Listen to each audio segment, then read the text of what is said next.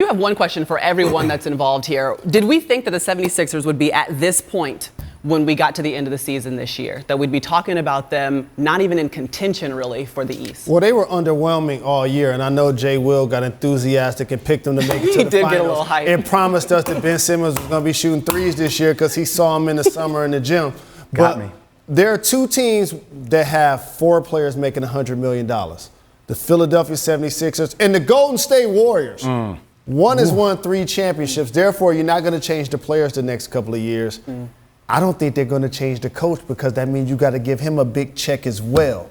So I think both of these guys being injured, give them time to bring back this core for and their coach next year. Can I ask a question? Woj was saying, hey, they're going to rest players tonight against the Suns. Who are we resting, Philly? Who are we resting? Shake Milton? Matisse Thybulle?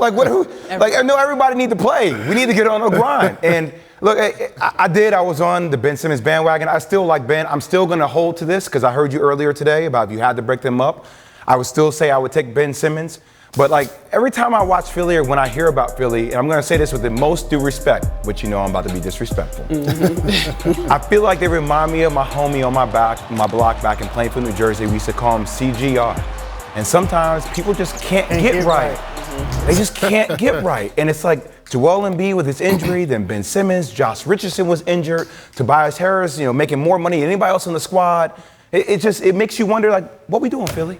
What are we doing? Paul, let's bring you back in here because Jay Will comes up with a really good point, though. If you had to start this team over, who would you start it with, Ben Simmons or Joel Embiid? Well, when I look at the numbers, they show that they're a better team with Joel Embiid on the court. When they're both on the court, they're not as good. But with just Joel Embiid, they're a better team. So I'm going to start right there.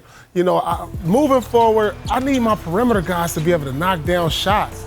And Ben Simmons haven't shown me that. Yeah, he's an elite playmaker, a great defender, but I need guys who can make some shots. So moving forward, I'm going to build around Embiid, get the necessary shooters around them. Now, they had the ideal players with them a couple years ago, but they ran off to better pastures, and J.J. Redick and Jimmy Butler. So I'm looking for those type of players to surround Embiid with. Look at the numbers right here. The numbers don't lie. The numbers don't lie. Men and women lie, like Jay-Z said. Men and women lie. The numbers don't. They're a better team with just Embiid than having both of them together. So I'm going to see what I can do. Originally, I thought you keep your all-stars, but look, I might need to turn Ben Simmons into some perimeter shooting.